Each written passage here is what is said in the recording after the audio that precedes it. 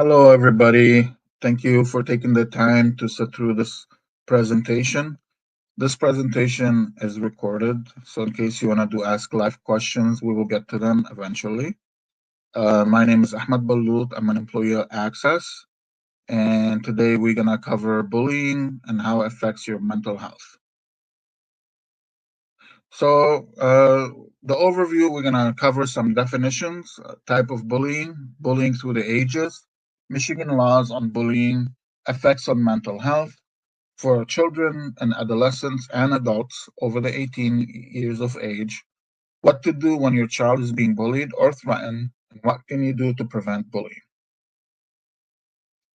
So, how does bullying happen? So, we got the bully and the victim. So, the bully is a person or a child that engaged in the bullying behavior, which the aggressor, I would say. The victim is the child that is receiving the bullying, and they're the targeted person. And there's the upstanders and the bystander. The upstander is the person that actually stands up for the victim and defends them, and they witness it. The bystander is the person that witnesses it but cannot do anything about it. But at the same time, there are certain barriers, whether they're unconfident, they're too scared, or they're affected by it, or they just don't want to get involved. So we're going to cover mental health. Mental health, I'm going to read the definition, is a component of behavior health that includes the emotional, psychological, and social well being. Mental health is a state of well being that enables the use to cope with stresses of life, realize our abilities, learn well and work well, and contribute to our community. Mental health and physical health are equally important components of overall health. If you're feeling good physically, you're going to feel good mentally. And you're feeling good mentally, you're going to take better care of yourself in order for you to feel physically fit, physically good. Uh, we tend to not concentrate too much about mental health because there's a lot of factors in our life that are going on beyond our control, and we're constantly bombarded by it. Whether it's the environment around us, the political climate, the situation, some things we cannot control. But mental health comes in very importantly in being able to learn how to cope with those situations that occur around us and how to deal with the situation in a healthy way. So, type of bullying, there's different type of bullying. It's not necessarily beating somebody up or assaulting somebody. There's different types of it. There's verbal bullying, saying or writing mean things, which includes teasing, name calling, inappropriate comment, taunting, threatening to cause harm. There's also the physical bullying, which we all see and kind of have the notion about, involving hurting a person's body or belonging, which includes hitting, kicking, punching, spitting, tripping or pushing, taking or breaking somebody's things. Like if you take somebody else's pencil, if you're in a classroom and you break their pen that they're using, that is considered physical bullying because you actually grab the physical as a property for somebody else. Making a rude hand gestures, even the rude hand gesture, which is non-verbal, but it is a communication, and that is considered physical bullying. Some people may argue it's verbal, some people may argue it's physical, but under this notion, it is physical bullying. Social bullying involves hurting someone's reputation or relationship, which includes leaving someone out on purpose. Like, let's say, uh, students in class, in a lunch break, and that person, they sit together and that person come to sit with them. We've seen it all in movies and other situations, and everybody on the table leave them alone.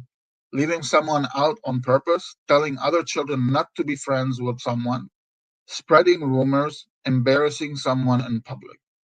Cyberbullying. This is the newest form of cyberbullying. When you or somebody else or a child make comments uh, online via social media or any kind of technology, group chat, WhatsApp chat, messaging in apps, or email to harass somebody, threaten or embarrass them, humiliating somebody. So there's a law against bullying. It's in the state of Michigan. It's MCL 380-1310B. Mandates. Schools must have anti-bullying policies all the way to K-12. Bullying definition: any written, verbal, or physical act intended to harm, intimidate, or humiliate another student.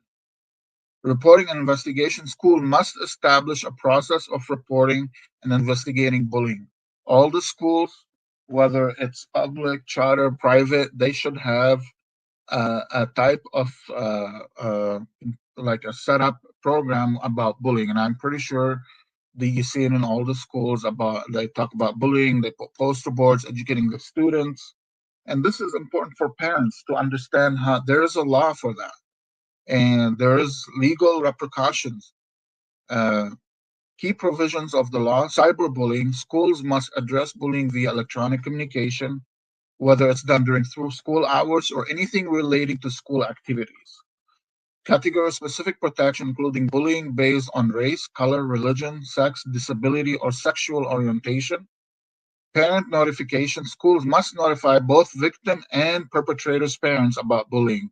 So whenever an incident occurs, the school's obligation is to notify the victim's parents and the aggressor's parents.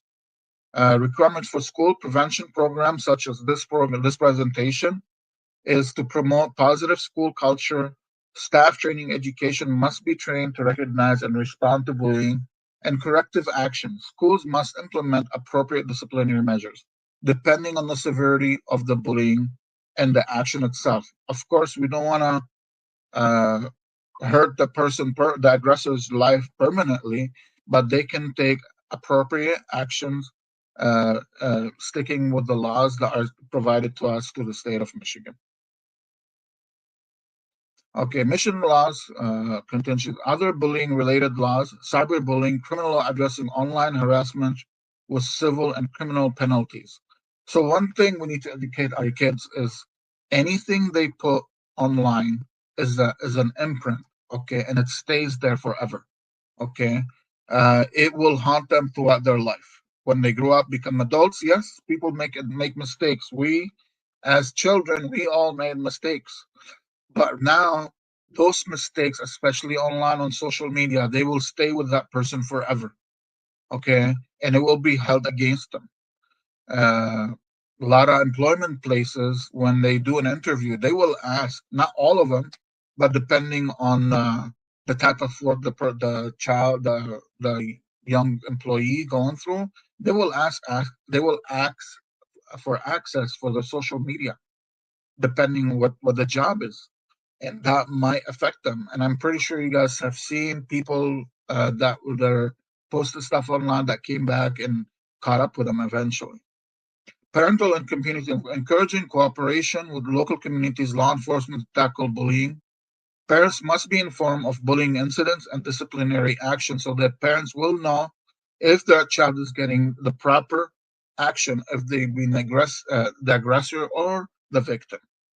Homeschooling and off-campus bullying: the state law is focused on K-12 public school setting. However, general harassment laws apply to bullying outside of school, including at home or in the workplace. Again, anything that occurred during class hours, property, or any kind of related school activity, that's considered in school. So if the bullying happened for a student that goes to the same school, that's considered in school.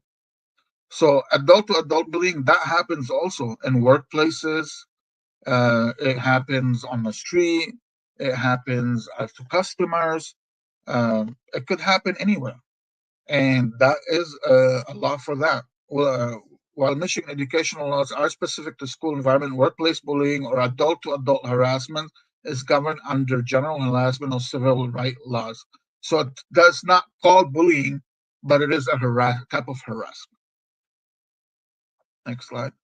Bullying through the ages. Of course, through the ages, there's different type of bullying depending on the maturity of the children and what's been going on. Okay, so we have physical bullying from age 5 to 12. Common forms including hitting, pushing, and other physical aggression. And I think it's very common among kids between 5 and 12 because the way their verbal communication is not as developed as middle schoolers or high schoolers or adults. So it's more physical. Verbal bullying includes name calling, teasing, and making fun of someone. And sometimes it might be done with no malicious intent. But again, if the other kid perceives it as hurtful, that needs to be addressed.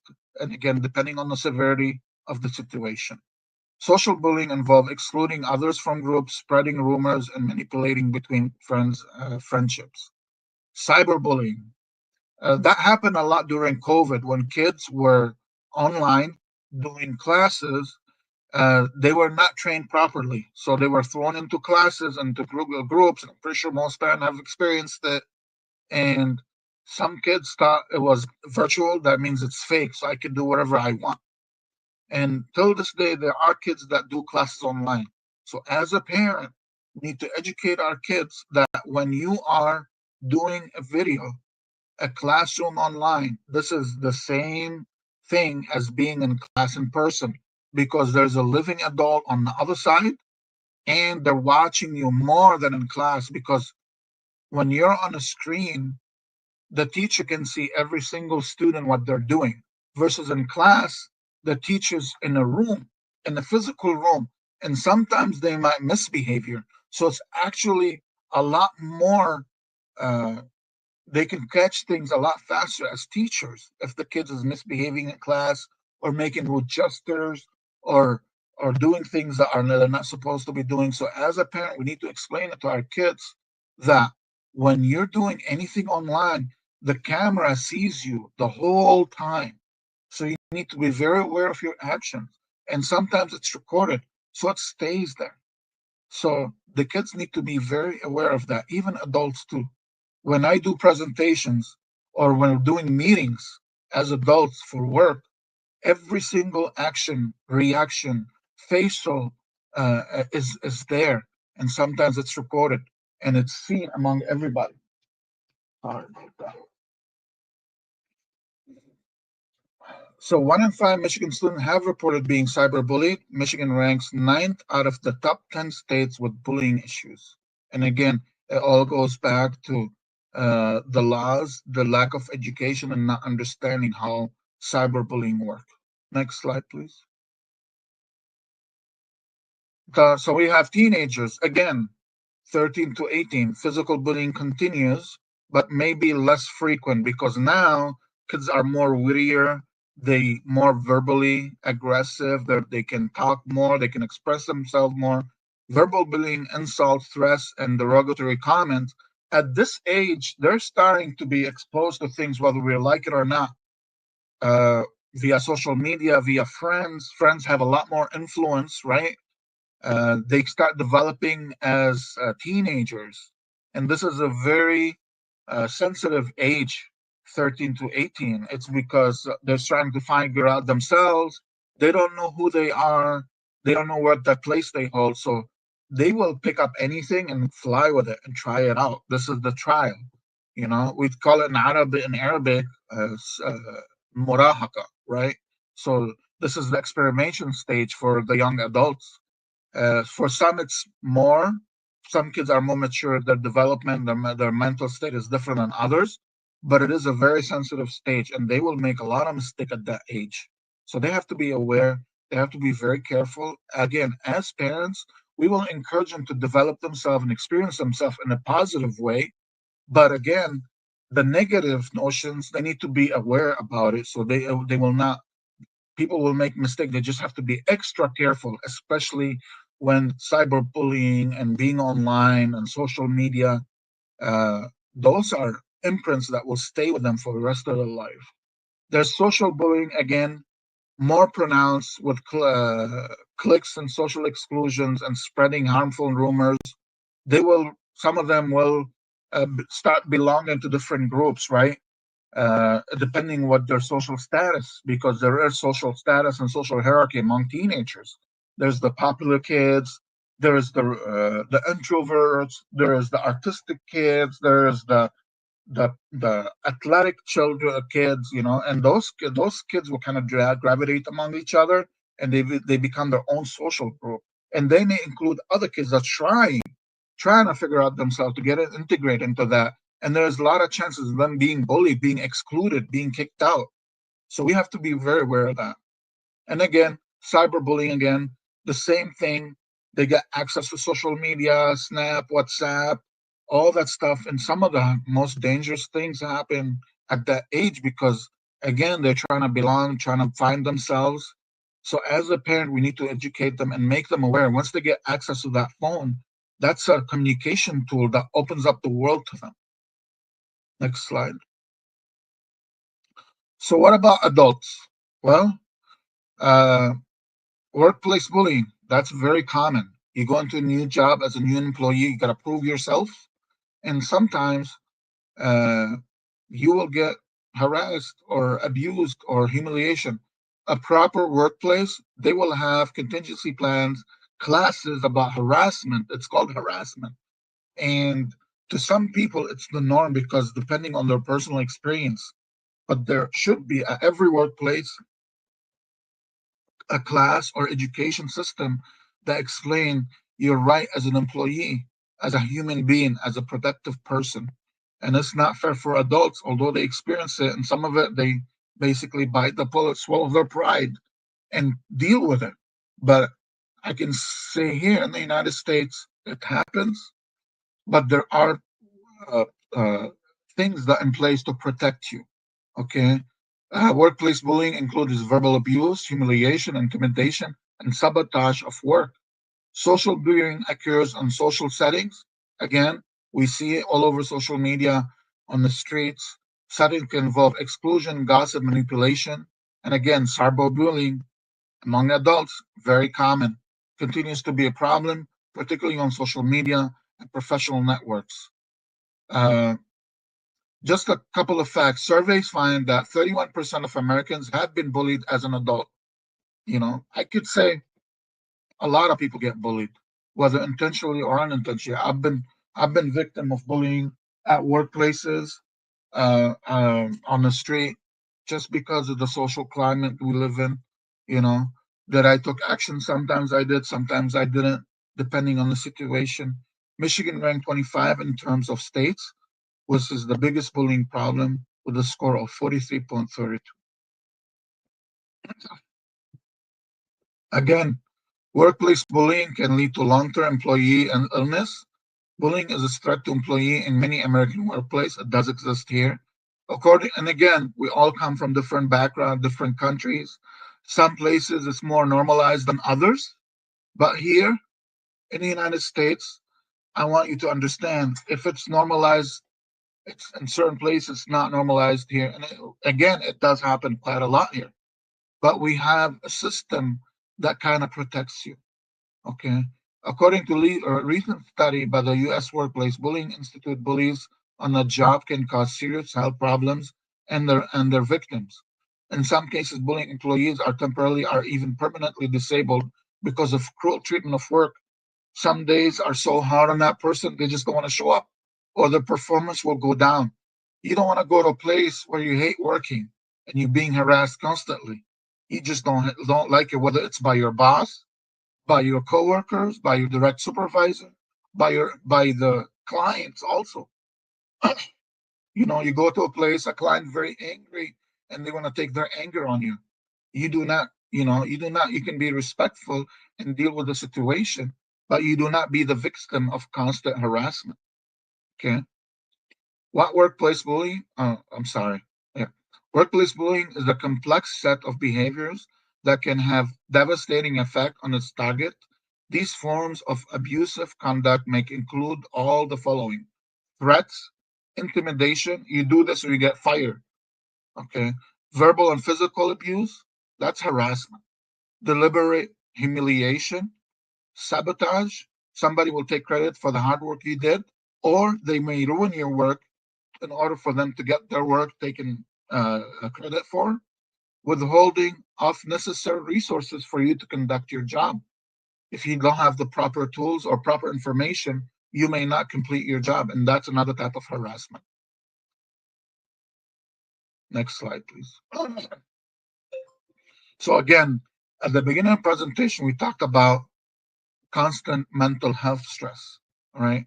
Stress will cause constant stress when your body on fight or flight mode constantly. It will cause you anxiety and depression. Your body shuts down. Now, short term of stress are beneficial for us as a human, as a, this was when you're stressed out, your body goes into override mode and you can perform better or higher. But with constant stress, when you're stressed out for a long period of time, because your body on overdrive, it gets exhausted. And this is how mental health and anxiety works. Imagine somebody that struggles with a constant anxiety due to trauma, from bullying, from harassment. Okay. Bullied adults often experience increased level of anxiety and depression, which can evolve into chronic anxiety disorder with feeling of sadness and helplessness. Okay. Sometimes it's self-induced. Sometimes the environment we live in, the news that we see all the time all over the world, uh, it causes self anxiety, and that's something we need to be very aware of, and it causes your body to shut down. Low self-esteem and self-worth, it can severely damage the self-esteem. Post-traumatic stress disorder, PTSD, severe cases of bullying behavior. Some bullying will cause people to get PTSD because they're being constantly harassed, constantly bullying, constantly threatened. That person will develop mental health issues. So that's something is very we need to be very careful. Suicidal thoughts and behaviors, we've all heard it, especially among teens. When they constantly get bullied for whatever beliefs they are in, they will end up, committing suicide, unfortunately. Academic and social withdrawal, they may withdraw from peers and family, leading to increased feeling in isolation and loneliness. More withdrawal, even I myself, I catch myself, if I withdraw myself, the more I stay home, the more I want to stay even more, and I'm more resistant to go out. So as adults, we have to be very aware of that in order for us to take better care of our kids. Next slide, please. So now we break it down. So the ones who bullied others can also engage in violent and other risky behavior into adulthood. They are more likely to abuse alcohol, use drugs, and adolescent and adult get into fight, vandalize property, and drop out of school. So it's a trickle down effect. Okay. So you get bullied, you become the bully, you get punished for it, and they experience bullying themselves because you're the bad kid. Now you have a reputation. The teachers, the school staff gonna always be watching you because you're the perpetrator. You're the typical perpetrator. Imagine that on themselves, okay? And then they grow up with this reputation. I'm gonna do bad regardless because nobody cares for me. So they're gonna get to more fight. They're gonna feel depressed more, and they're gonna get into more trouble. Uh, and again, once you enter the system, the law enforcement system, it's a lot harder for you to find your dream job, get into your dream school. No matter how hard you try, things are much harder. Okay, be abusive towards others because that becomes their norm. Those who are both bullies and victims of bullying suffer the most serious effects of bullying and are greater at risk for mental health and behavior problems than those who are only bullied or who are only bullies. Next slide, please.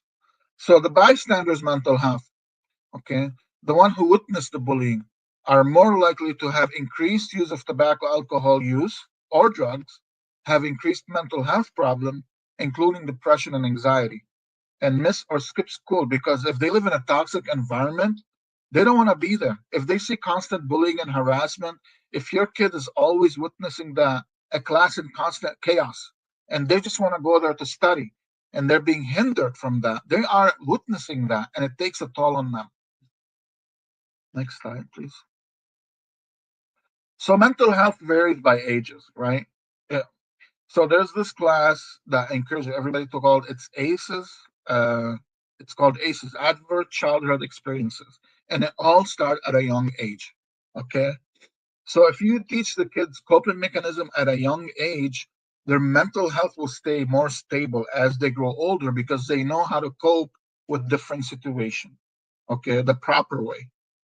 Okay, Children and adolescents, 1 in 6 U.S. youth aged 6 to 17 experience a mental health disorder each year. The CDC has declared teen mental health to be in crisis. We are experiencing a mental health crisis right now among our communities. Okay. Substance use is flatlining right now. It's normal. It's not increasing or decreasing, but mental health crisis is increasing. The constant, I, the social media facts, the environment we live in, okay, and especially with the young adults.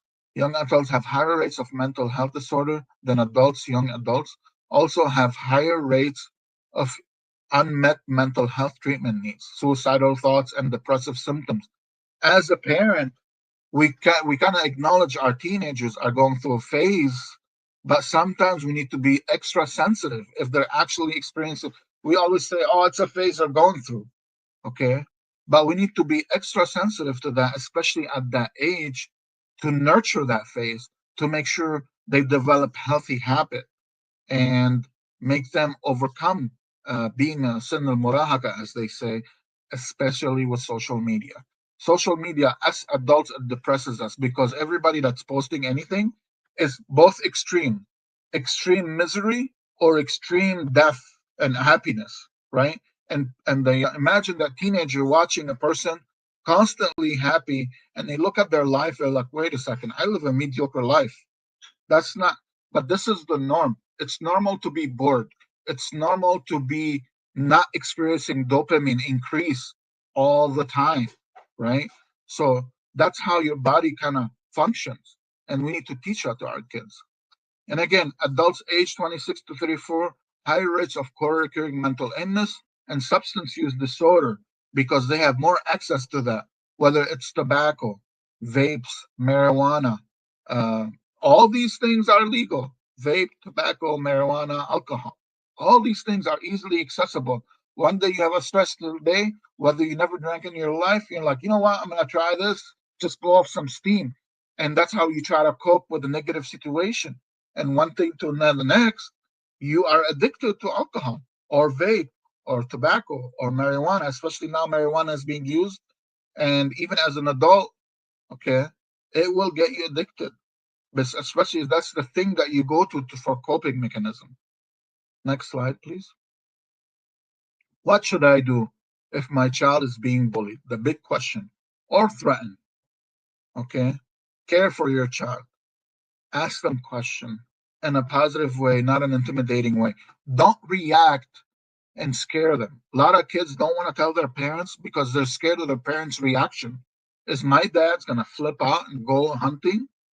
Is my dad's gonna lose their mind? Am I going to upset my parents that I'm being bullied?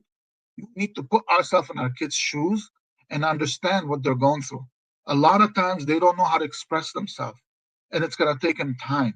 So the most important thing is exercise patience and being making sure we don't overreact in front of them. We don't go to them, Shusar, what happened?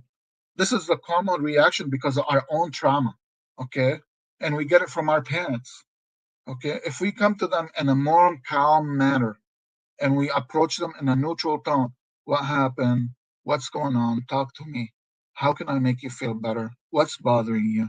Give them open-ended question and give them the space and time. Sometimes they won't tell it to you right away, but because you love your kids so much, you want to know everything right now because it's urgent.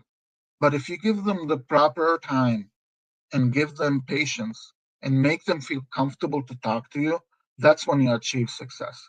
Get the facts and document them. If you know that my kid is being bullied constantly, no, my kid, okay, on the bus ride, this kid called me I'm a monkey. Okay, when did that happen? At this date and date. Start logging it. Okay. Make your kid whatever they ask them, are you okay? Do you want me to do something about it? No, no, it's fine, I'll handle it. But document when this happened. And then document what action you have taken. Who did you talk to? At what time and date when this happened? Because when you want the police to get involved, and then they need to paper trail. So document everything. Put a notepad somewhere, a thing on your phone. Start documenting every step and stay on top of it. But again, make sure you don't overreact. Write down and tell the bullying story. Review the school anti-bullying policy. Us as parents, it is our responsibility to understand all the laws. Not only if your kid is being bullied, if your kid is being the bullier unintentionally, okay, you need to explain it to them. What you said to this person might have hurt their feelings. You need to be very careful about it. Monitor the school's response. I'm sorry, one back.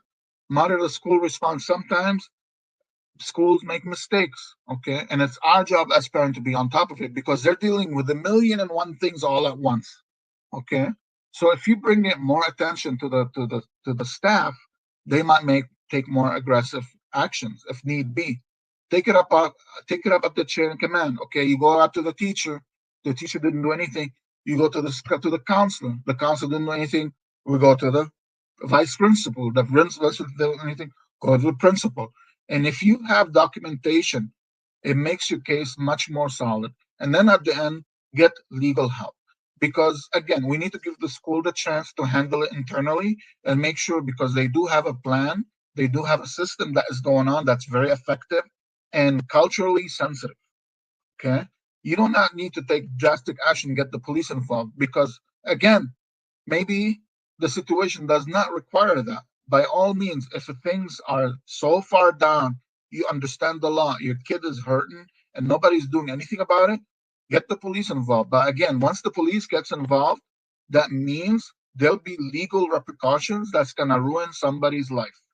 Again, make sure you take appropriate action to the appropriate response. Next slide. Go ahead.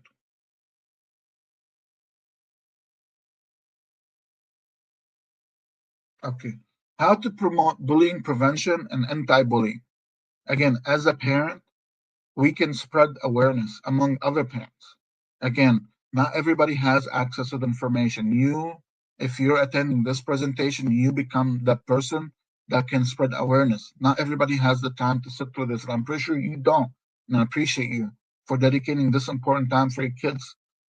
Offer information and education about how everyone can prevent bullying. Provide a platform to hold school and community events, interventions, and focus groups. Sometimes some schools or some cities do not have this.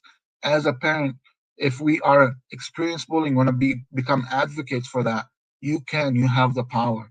Share information. That's the basic thing about the issue through news media, social media, videos, and print publication. Speak with education and public policy leaders about their role in bullying prevention.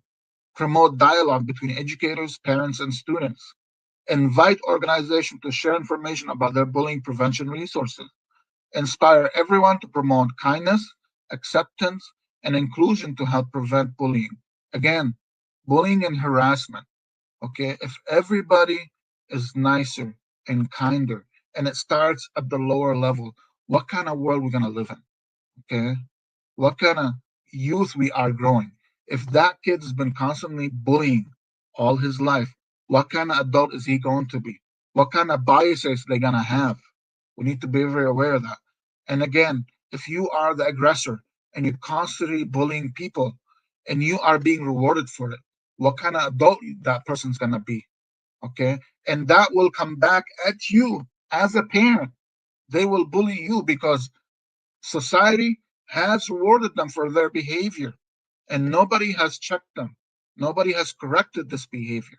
If you're encouraging your kid to have a strong personality, please do so. But again, that could go overlap. When you give them complete confidence to whatever they say or do, right or wrong, then what kind of adult is he or she going to be? They need to be checked. They need to learn how to be kind. They need to protect themselves at the same time. They need to understand I cannot be bullied. I need to stand up for myself the proper way. What kind of coping mechanism I'm going to use to take better care of myself and not to be bullied, right? And how I can be kind to people. Okay, if people are mistreating me, am I going to mistreat people around me? And that all starts at a younger age. And it goes back. And if everybody learns how to be kind and respectful, what kind of society are we going to create in the future? And it all starts at a young age. Next slide. Okay, some references here. I think it's a video. You can always pause it. Go check out these websites. It's a lot of information. If you have time, do it. And again, we are all busy taking care of our loved one, our kids, and we live for our kids. But then again, we need to put in time for that because you're working so hard. You're doing all this to provide for your family, but you need to take care of them, be there for them, and be very careful with them because they're our loved ones and they rely on us. Our kids are young human beings that don't know how to interact, and it's our job as parents to teach them as that. And I'm pretty sure mostly everybody's doing the best they can to raise their kids. But then again, the more education, the more empowerment, the more resources you have to raise a healthier youth that will be the future and will provide a better future for all of us. Thank you very much. HES Academies have been serving the Detroit metro area for over 23 years, promoting academic excellence, leadership, and cultural diversity, ranking as some of the top schools in the state of Michigan. Our pre-K through 12th grade students enjoy tuition-free, state-accredited education by STEM-certified and highly qualified staff with no geographical restrictions, and with advanced placement, college dual enrollment, scholarship, and Arabic language programs. Noor International Academy in Sterling Heights at niapsa.org, Star International Academy in Dearborn Heights and in Canton at starpsa.org, Universal Academy in Detroit at universalpsa.org, and Universal Learning Academy in Westland at ulapsa.org. Join HES Academies today and enjoy a free Chromebook for every enrolled student.